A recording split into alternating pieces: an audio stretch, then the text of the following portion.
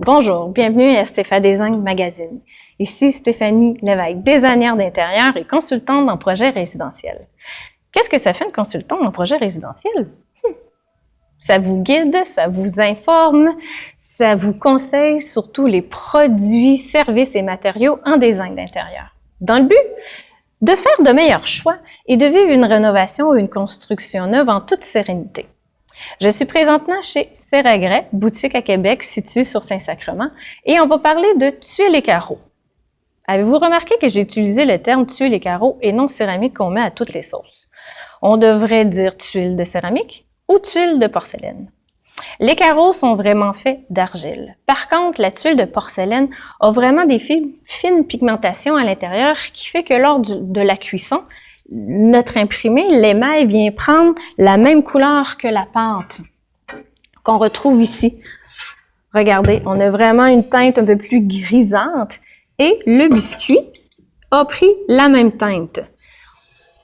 Pour la tuile de céramique, souvent son biscuit va être terracotta ou encore blanc crème.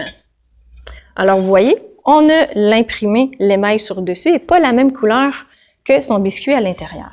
Alors l'avantage de travailler avec une tuile de porcelaine, quand on fait un accroc, une écorchure, alors ça va vraiment moins paraître parce que le biscuit est vraiment intégré à l'émail sur l'imprimé qu'on trouve à l'intérieur.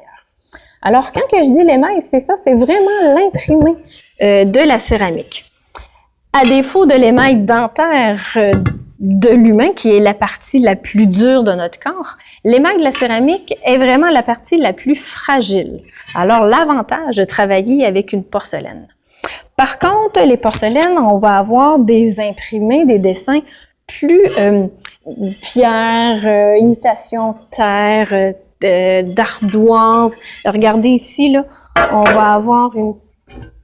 Tu sais, c'est vraiment très naturel qu'on va avoir comme imprimé à l'intérieur. Versus une tuile de céramique qui va vraiment offrir des couleurs vives. Alors, si on veut quelque chose d'éclatant, souvent, on va travailler avec la tuile de céramique. Mais on se rappelle, une tuile de céramique est plus fragile, alors c'est une utilisation murale. Alors, regardez ici, là, on a vraiment une teinte verdante. On peut avoir des teintes orangées et bleutées ou même encore un beau rouge pompier qu'on retrouve beaucoup dans les teintes de céramique. Par la suite, si on parle des finis, on a vraiment autant dans la tuile de céramique ou tuile de porcelaine, les deux finis de base. On va parler d'un fini mat ou d'un fini illustré. Alors, si je vous remonte encore ma porcelaine, on voit ici que c'est un fini mat qu'on va avoir. Et beaucoup, comme on voit ici, le fini miroir, alors le fini illustré. L'avantage de travailler avec un fini illustré aussi, il va vraiment refléter la lumière. Ça va donner une pièce vraiment plus lumineuse. Et il existe le fini entre les deux, entre le fini mat et le fini illustré. On l'appelle le fini lapato, qui est vraiment là, un autre terme qu'on peut appeler aussi un peu la pelure d'orange.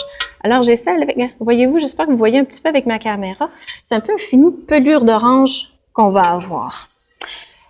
Par contre, une chose que j'ai oublié de vous dire, le fini mat. L'avantage de travailler avec le fini mat, si vous avez hâte d'entrer ou un projet plus commercial ou qu'il y a vraiment plus de trafic, ben le fini mat, il est possible d'avoir, il sert un peu d'antidérapant. Il est possible de l'avoir antidérapant. Alors, plus sécuritaire pour les endroits commerciaux ou qui demandent beaucoup plus de trafic. Alors, j'espère que cette petite capsule va démystifier un peu le monde de tuiles et carreaux. Parce que c'est important d'abord de connaître sa pièce pour faire vraiment le meilleur choix de tuiles et carreaux. Alors, si par contre vous avez un projet, et là vous vous cassez la tête, vous avez plein de questions et sans réponse, sachez qu'il est possible d'avoir une consultation à domicile ou en distance. Alors, je vous invite à visiter mon site internet www.stephadesign.com. Et si vous avez apprécié cette capsule et vous voulez être les premiers à visionner, alors abonnez-vous à ma chaîne YouTube. D'ici notre prochain rendez-vous, je vous souhaite sincèrement que le design soit complice de votre vie. Ciao!